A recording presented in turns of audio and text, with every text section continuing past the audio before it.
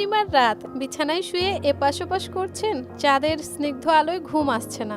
চাঁদ নাকি মানুষের ঘুম কেড়ে নিতে পারে, অদ্ভুত আচরণ করতে পারে, এমনকি মানুষকে পাগলও করে দিতে পারে। যুগ যুগ ধরে মানুষ বিশ্বাস করে আসছে চাঁদের কোনো এক জাদুকরী ক্ষমতা আছে। কিন্তু বিজ্ঞান কি এ কথা মানে, নাকি পুরোটাই দাদি নানির গল্প? আবার মান্নাদের গাওয়া চাঁদ দেখতে গিয়ে আমি তোমায় দেখে ফেলেছি গানের মতো চাঁদকে ঘিরে মানুষের রোমান্টিকতারও অন্ত নেই। আসলে উত্তরটা গল্পের চেয়ে একটু জটিল।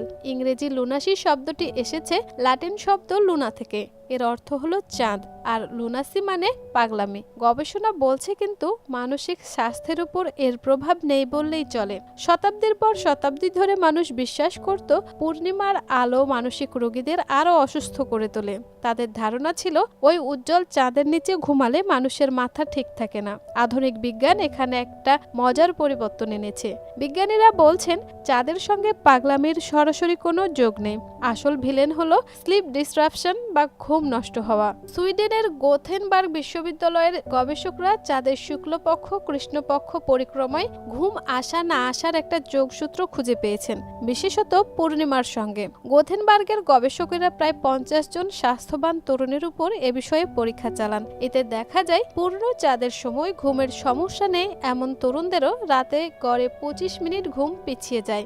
এছাড়া যারা ঘুমের সমস্যায় ভোগেন তাদের সমস্যাও প্রকট হয়ে ওঠে পূর্ণিমার সময়। এদিকে জ্যোতিষশাস্ত্র অনুসারে পূর্ণ চন্দ্র মানে হলো মুক্তি পাওয়া, অর্থাৎ চন্দ্রচক্রের এই পর্যায়ে জীবনে যা কাজ করছে না সেগুলোকে ছেড়ে দেওয়া।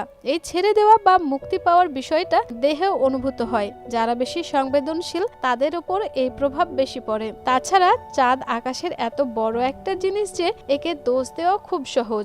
মানসিক চাপ বা কফি খাওয়ার মতো ছোট কারণগুলোকে আমরা অতটা পাত্তা দিই না। আসলে ভিলেন হলো আলো। পূর্ণিমার চাঁদ আমাদের পাগল না বানালেও একটা শিক্ষা ঠিকই দেয়।